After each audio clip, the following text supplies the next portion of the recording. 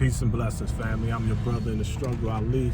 And today we like to decipher and decipher from Lost Found Muslim lesson number 2, known as the 1 to 40, the myth that there is life after physical death.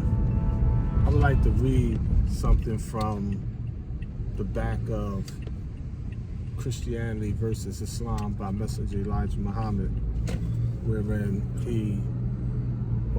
by Minister Nakir has a quote directly from the Honorable Elijah Muhammad. And basically the Honorable Elijah Muhammad says, and I quote him, "There is no proof that there was or ever shall be a time when people will return to life after they are physically dead." There is no proof. There is no proof that there was, meaning in the past, or ever shall be. Mandatory language. Shall be is mandatory. Not might be, could be, maybe. Shall be a time or motion when people will return to life after they are physically dead. Our lessons teaches us that the physically dead is not known to return from the physical grave.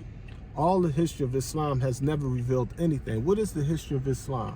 I mean, as far back as we can calculate, on this planet, we can calculate back to 76 trillion years, according to the life-giving teachers of Elijah Muhammad.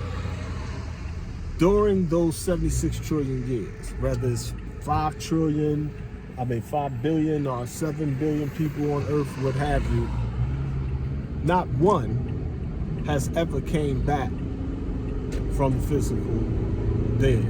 Now, this does not negate the fact that there are many, literally billions of people who believe that after they are physically dead, they will live in some mystical heaven or some mystical hell.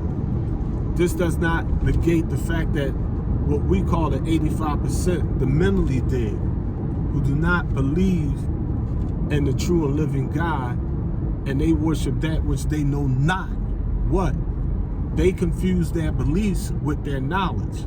When it comes to what the Honorable Elijah Muhammad says, and I quote him a third time, there is no proof.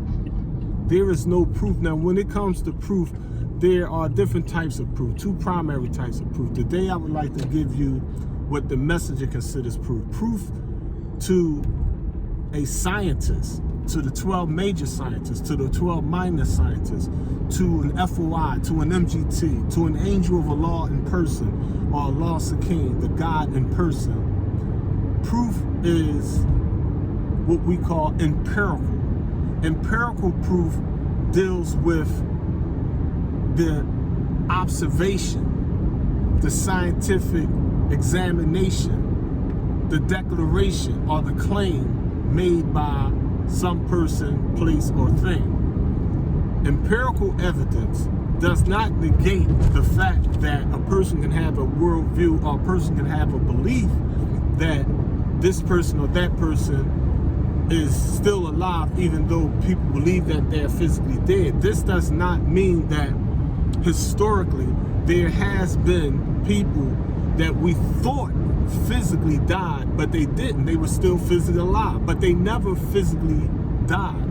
They didn't come back from the physical dead. They came back from the misinterpretation or misnomer or misinformation that someone believed that the person physically died. That's totally different from a person dying of natural causes, a person being murdered, a person committing suicide, a person getting sick, a person having a car accident or what have you. A person who physically dies, who we scientifically considers dead, we're saying that person does not come back. We don't say that if you bury a person, they're not coming back, because in our ignorance, not knowing how to read a pulse, not knowing how the heart operates, not knowing how the human systems operate, a person can get knocked out. A person can fall and go into a coma. And if it's 100 or 1,000 years ago, and you bury that person, And during the funeral, that person becomes conscious even though they was in a coma for a day or two, or they was unconscious for a few hours, and they wake up and you're throwing dirt on them and they trying to get the dirt off their face, and they're like, yo, what is you doing? They ain't had no water in a day or two, and they coughing, and now the people in that ignorance may scream, oh, he or she came from the graves, they resurrected, they coming from hell, and they run off and get that little tools and sticks to kill them and beat them up because they think they're a demon now, and the person is, got concussion. And I'm just using this hypothetically just to give you an idea of how ignorance can spread all over the planet Earth. You know what I mean? And the person run off, say, into one of these little woods or something around here. You know what I mean? And now they up there trying to stay cold at night. It's raining. You know what I mean? They start a little fire, rub the wood, we were friction, got an oxygen point, fuel, then they eating some food up there, they caught a rabbit or something, or a squirrel, whatever, and then you come hunt them down because you see the fire over there, and say, hey, over there, here they come. They put the fire out and run off in the woods. You come see the makeshift camp place, and all you see is blood on a rock.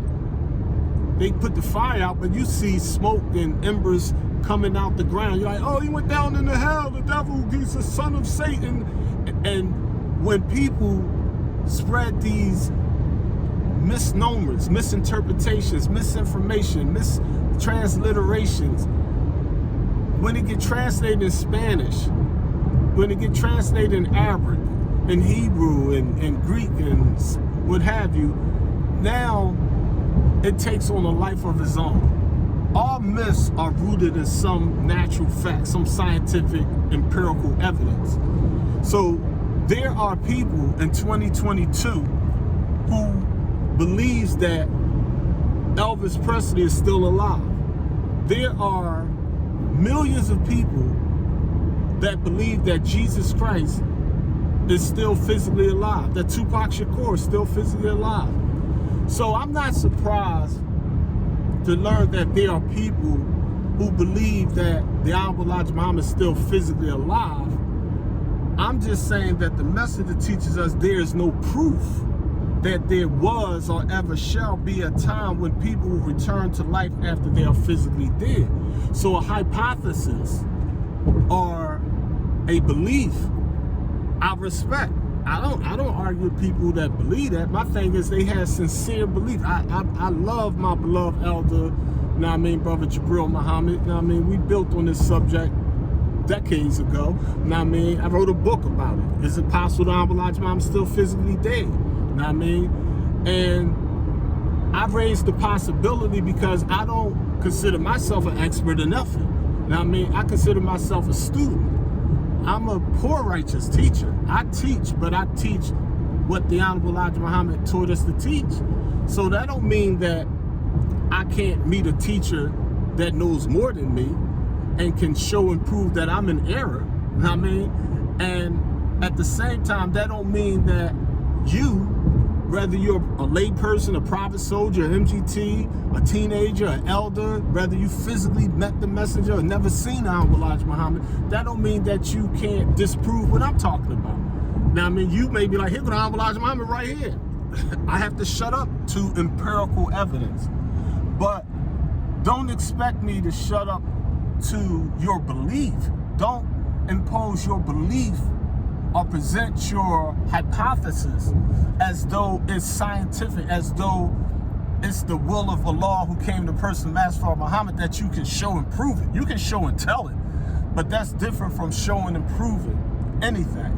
So when it comes to the teachings of Honorable Elijah Muhammad, as 5%, we are poor righteous teachers who do not believe in the teachings of the 10%, the rich, the slave makers of the poor who teach the poor lies.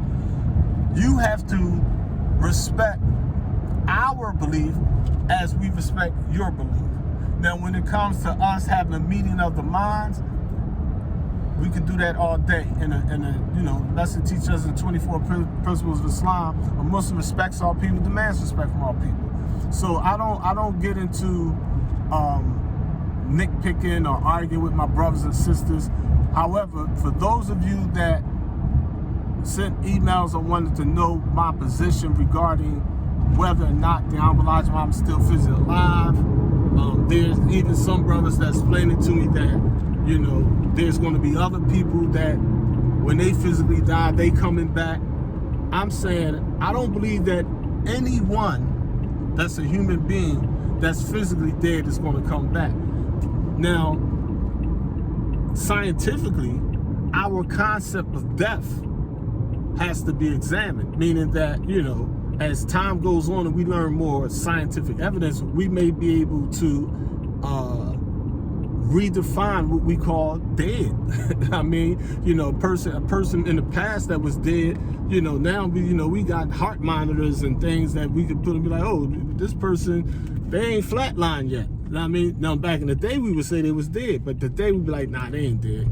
That's what I'm gonna teach us. You know what I mean? On the mother plane, if we can get to that body in like 72 hours or 3 days, we can revive them. But if they physically die,